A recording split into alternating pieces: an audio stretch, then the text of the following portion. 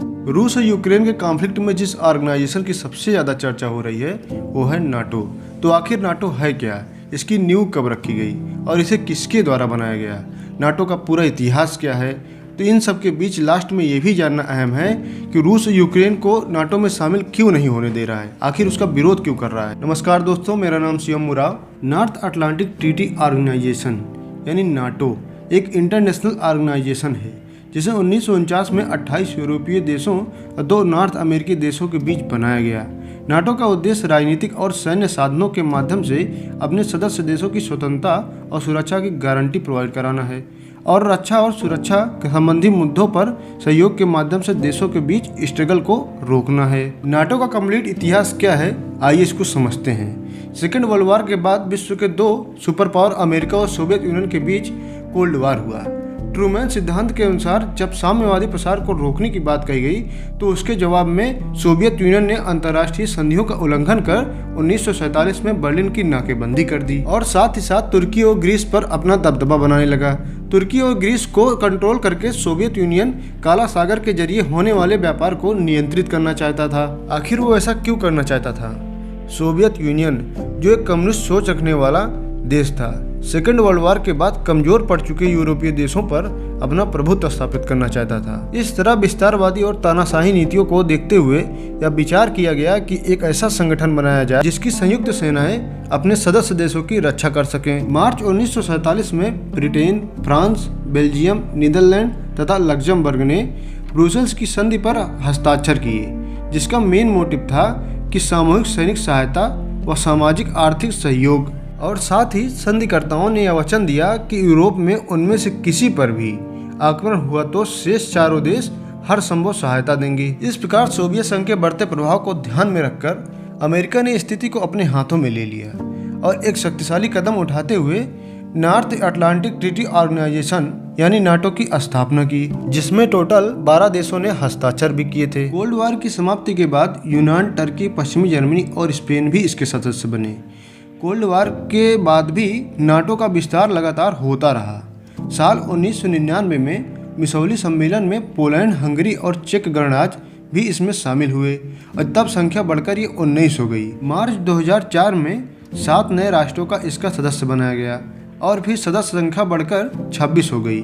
इस संगठन का मुख्यालय बेल्जियम की राजधानी ब्रुसेल्स में बनाया गया है। नाटो वर्क कैसे करता है? नाटो कहता है कि नाटो के किसी भी एक देश पर आक्रमण पूरे संगठन पर आक्रमण होगा, यानी किसी एक देश पर आक्रमण का जवाब नाटो के सभी देश देंगे।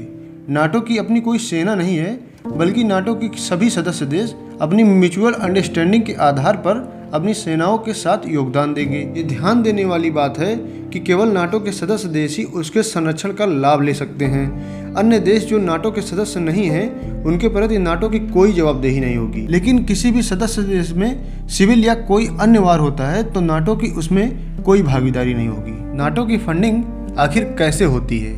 नाटो की फंडिंग उसके सदस्य देशों द्वारा ही की जाती है, लेकिन बात अगर नाटो की फंडिंग की हो तो अमेरिका को उसका बैकबोन कहा जाता है, क्योंकि उसके बजट का 3/4 पार्ट अमेरिका देता है। 2020 में नाटो के सभी सदस्यों का संयुक्त सैन्य खर्च विश्व के कुल खर्च का 57% था।